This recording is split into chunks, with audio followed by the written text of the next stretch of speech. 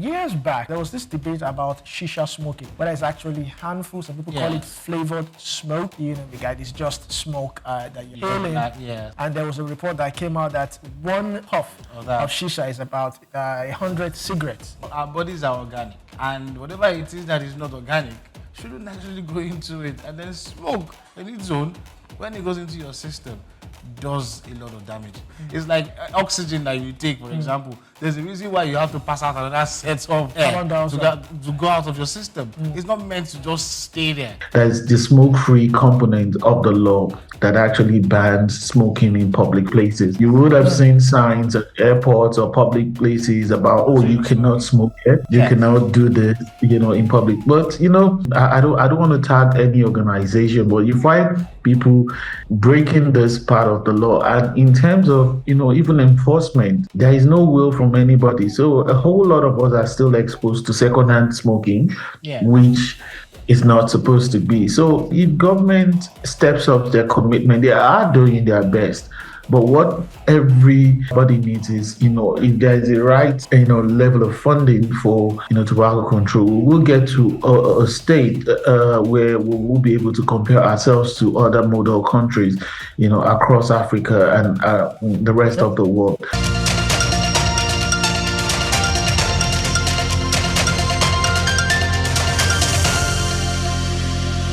Welcome to Just Africa, the show where we explore forces shaping the continent's progress and the challenges that often go unnoticed. Big tobacco companies are aggressively marketing new nicotine products, vapes, pouches, and the likes to Nigerian youth, disguising them rather as safer alternative under the so-called harm reduction campaign. The Nigerian Tobacco Control Alliance, NTCA, Corporate Accountability and Public Participation Africa, CAPA, and Gatefield have issued an urgent call for the federal government to intervene because they warn that local and foreign industry funds are exploiting weak regulations to target students, a deceptive strategy that threatens to reverse public health gains and create a new generation of addicts. The core question raised is whether these products will represent genuine harm reduction or simply harm rebranded. The group highlights that many other countries have already banned these products due to health and ethical concerns. This is Just Africa, reaching you live from our studios in Lagos. I am Olumide Shokoya. I also have Emmanuel Amolo. So glad to have you on Just Africa today. Yes, another interesting week, and we're starting our week on a very, very high note because it's a campaign that many of us didn't even realize is going on. The scourge amongst our young people, and we know the young population is the heart of the continent. If they are facing these challenges and they don't even know that it is a challenge, I think the job we're doing here is very, very important, highlighting these things and then seeing how we can fix the problem. Talking about a nicotine addiction and then the fact that there's a deliberate act by the producers of these things to get our young population addicted, I think is not something we should push over. But also, I remember years back, there was this debate about shisha smoking, whether it's actually harmful. Some people call it flavored smoke. The guy is just smoke that you're inhaling. And there was a report that came out that one puff of shisha is about 100 cigarettes. I did see that conversation, and I know at some point a couple of people I know decided to switch to, those shisha smoking, and then thought it was going to be healthier, and then those ones wanted to quit smoking, started using vapes. And at the end of the day, look, it's not natural. Our bodies are organic, right? And whatever it is that is not organic shouldn't naturally go into it. And then smoke in its own, when it goes into your system, does a lot of damage. Even no matter how colorful or how flavorful it sounds, it's smoke. It shouldn't be in your system. It's like oxygen that you take, for example. There's a reason why you have to pass out another set of air to go out of your system. It's not meant to just stay there. And then you now inhale this smoke, whatever variant that it comes, and then you think you're having, I don't know. I don't want to come judge people, but at the end of the day, we'll do our best that it's not healthy. And don't you think it's rather amazing that there is no single advert of any nicotine product I mean, even on the packs, it's written there that That smokers is- are like, yes. and yet the consumption rate It's is increasing. is That- increasing. unless like I said, it's an addiction. So I think there's something in it that makes you hooked into it. So I think maybe it hits one part of your brain that tells you you need to go get it, otherwise you don't get okay. Because other than that, I mean, with the next campaign we're talking about is maybe alcohol. Because Yeah. there's no health benefit to this. I don't know. Like I said, I don't want to judge people. If that's what you want to do as your own, whatever it is that's going to kill you, because everybody dies, right? But I mean, we'll just do our best. Joining us to unpack this robust topic is Olawale Makojuola. Now, Olawale Makojuola serves as Alliance Coordinator of Nigerian Tobacco Control Alliance, NTCA, with extensive experience in tobacco control advocacy and youth protection campaign. He will help us understand how industry-backed programs masquerade as public health efforts and what Nigeria must do to close policy and enforcement gap. This enables the dangerous infiltration. So glad to have you, Olawale Makojuola. Thank you so much. I'm also happy to be here. Good All morning. right, thank you for having us. So let's set the context straight. Now, NTCA, Kappa, and Gatefield have accused both local and foreign groups of using harm reduction, to guise nicotine marketing. So what evidence do we have that Nigerian youth and students are the target? Okay, thank you so much. So recently, we've seen an increase in a pseudo-aggressive marketing of nicotine-based products by the tobacco industry. And why I said pseudo is because we have a law in place in Nigeria, that is the National Tobacco Control Act of 2015, slightly amended in 2019, that actually bans tobacco advertising and promotions and including sponsorship. So what that means is that tobacco or nicotine-based, production companies or marketers or anybody involved in that are not allowed to advertise tobacco products to Nigerians, especially young people. So because there are certain sections in the National Tobacco Control Act that actually, and it's so explicit, inciting areas where tobacco should not be marketed near schools or targeting young people. So what these people have done is to come up with new ways of endearing themselves to young people. And they do this via emerging tobacco products, which are not like the conventional, tobacco products that were actually captured in the law. So now what they are doing is to market nicotine-based products through shisha, through e-cigarettes, through vapes, different kind of, products. And they use this to target young people. And for some of those people that are still involved in the act of smoking, now we are not saying you should go look for an alternative, like, oh, tobacco causes you harm, so you need to reduce it. So what they are doing now is to offer alternatives to cessation, because that is what the law says. It says the law is saying that, there should be structures around cessation for people currently addicted to nicotine, and we are saying people should quit, not that people should reduce, the level of smoking. So what these companies are doing is to say, oh, rather than you quit, we can offer you an alternative, which is still nicotine-based, which is the addictive component in all, tobacco products.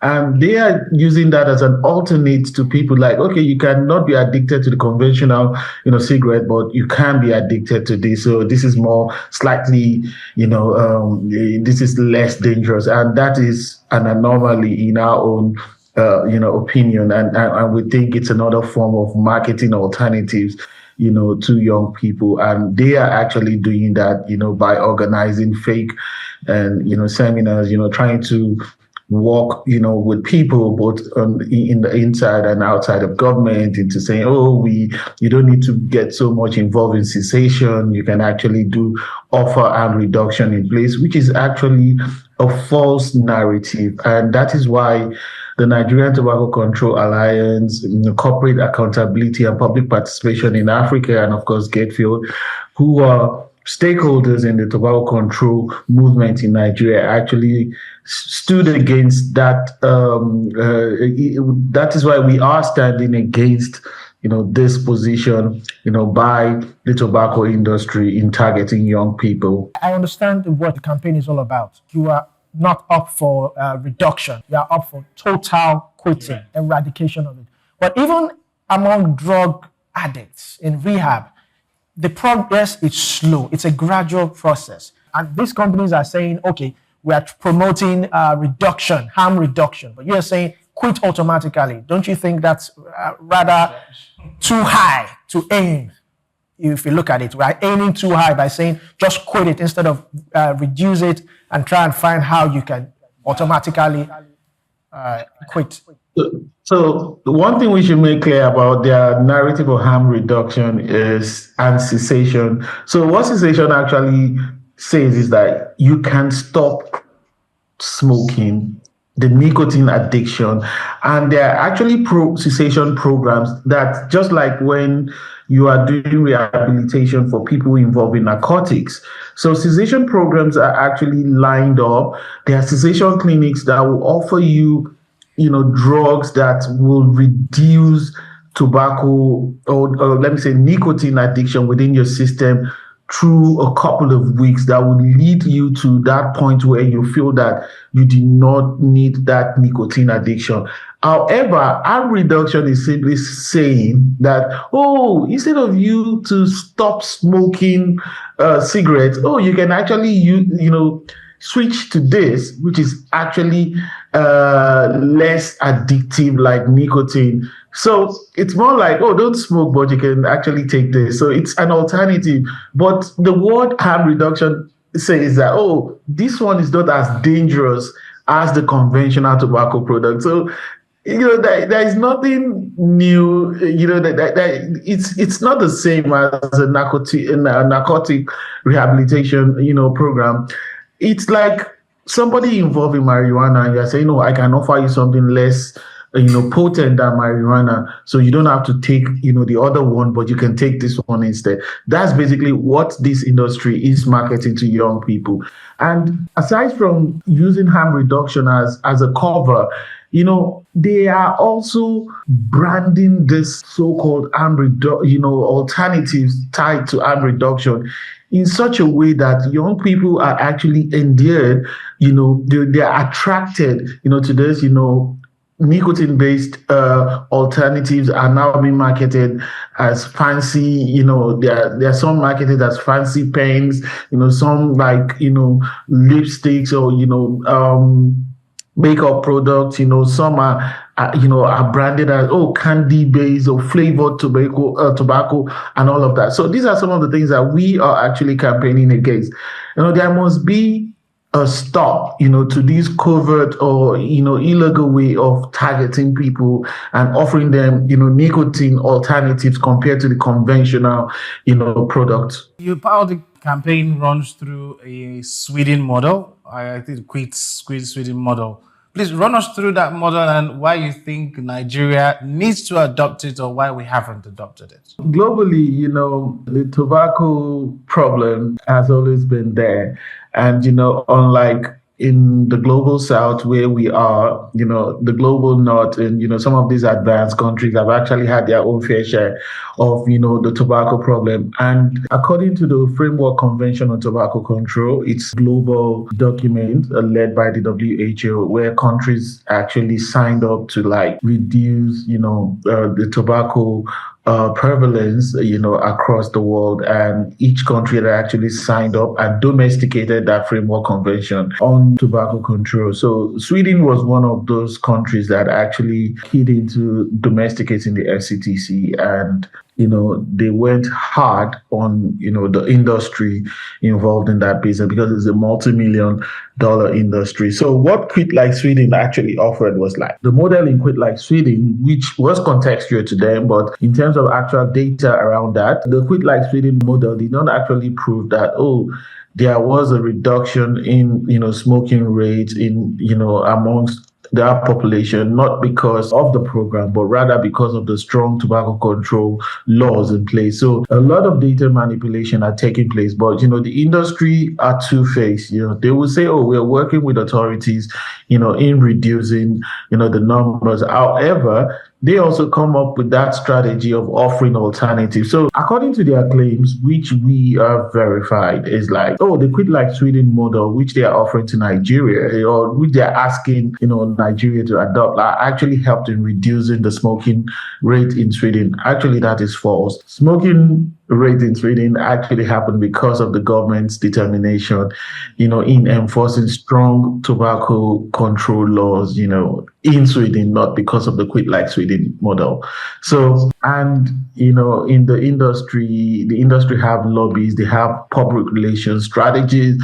So they were able to implant their own story to say, oh, this worked in Sweden, then we can actually export it out. But that has been proven to be false. So, and that is why we are saying that in Nigeria, we need a more contextual approach rather than copy, from a country where even their data, the laws on ground has actually proven that it didn't work. Rather, something else did than for us to adopt such a position. Sticking with the laws, we have the NCCA. That's the act that was done in 2015 and then tweaked a bit, just like you mentioned, in 2019. What part of that act has not necessarily been affected or effective, because we still see a level of addiction in the system? So I would not want to speak to what part of the law that has not been effective. All parts of the law has been effective, but it's just, everything boils down to our commitment as Nigerians. There's the citizens part of it and also the government side of things. But one thing that I would like to say is that, each and every stakeholder involved, in tobacco control implementation in Nigeria, we are actually striving to make sure that every part of the law is effective. But like I said, there's so many obstacles for we to get in full to that point where we would have full implementation. And part of it is government's commitment to increase funding for tobacco control implementation in Nigeria, and also for states. Nigeria is a federal system, so there are some laws that at the federal level can be enforced and implemented, but there is also the need for states to also ratify such laws and to allow them come into force, at the local level. So that is why we are, as tobacco control advocates, we are pushing both at the national and at the sub-national level to make sure that some of those things actually come to fruition. So I'll say something, for example. So there's the smoke-free component of the law that actually bans smoking in public places. You would have seen signs at airports or public places about, oh, you cannot smoke here, you cannot do this, in public. But even you find people in I don't want to tag any organization, but you find people breaking this part of the law. And in terms of even enforcement, there is no will from anybody. So a whole lot of us are still exposed to secondhand smoking, which is not supposed to be. So, if government steps up their commitment, they are doing their best. But what every body needs is, if there is a right, level of funding for, tobacco control, we'll get to a state where we will be able to compare ourselves to other model countries, across Africa and the rest of the world. Mind you, one critical obstacle to full implementation has been the act of, the tobacco industry. Like I said, this is a multi-million or billion industry. So nobody will want to give up their rights to their profit. So as we as tobacco control advocates are working, the industry is also working to stifle some of, our activities. So it's always been there. It's like a Tom and Jerry situation. One is pushing and pushing back. All right, thank you very much, Olawale. But globally, over 43 countries have banned nicotine vaping products, and 26 others, restricted heated tobacco. Why has Nigeria not taken similar measures? So now, I like to use this phrase, popularly used on TikTok, technology, In some economies, vaping products are as a result of improvements in R&D, on the industry side. So when the FCTC was ratified, there was nothing like e-cigarettes. That was not the technology at that time. But the industry has actually latched, they've exploited that loophole to come up with new products. Now, for the countries that are banned, they are countries where some of those products actually come from. So it's easier for them to start saying that no, we do not need these and not, and that means they had amendments to their laws to actually capture new and emerging products like vapes and when FCTC was ratified, we had what we call patches, but now it's even electronically delivered. So that is what the industry is exploiting in Nigeria. And because our law does not actually cover a ban on that, we had a list of products that are banned. But to be sincere, all of these new products were not captured in that. So that allows them to market, and that prevents us from, totally enforcing a ban on such products. So we are not sitting and waiting. We are also working with other stakeholders into making sure that we have another amendment, to that would actually see us capture every new and emerging product so that we can have, a ban in place and also have processes where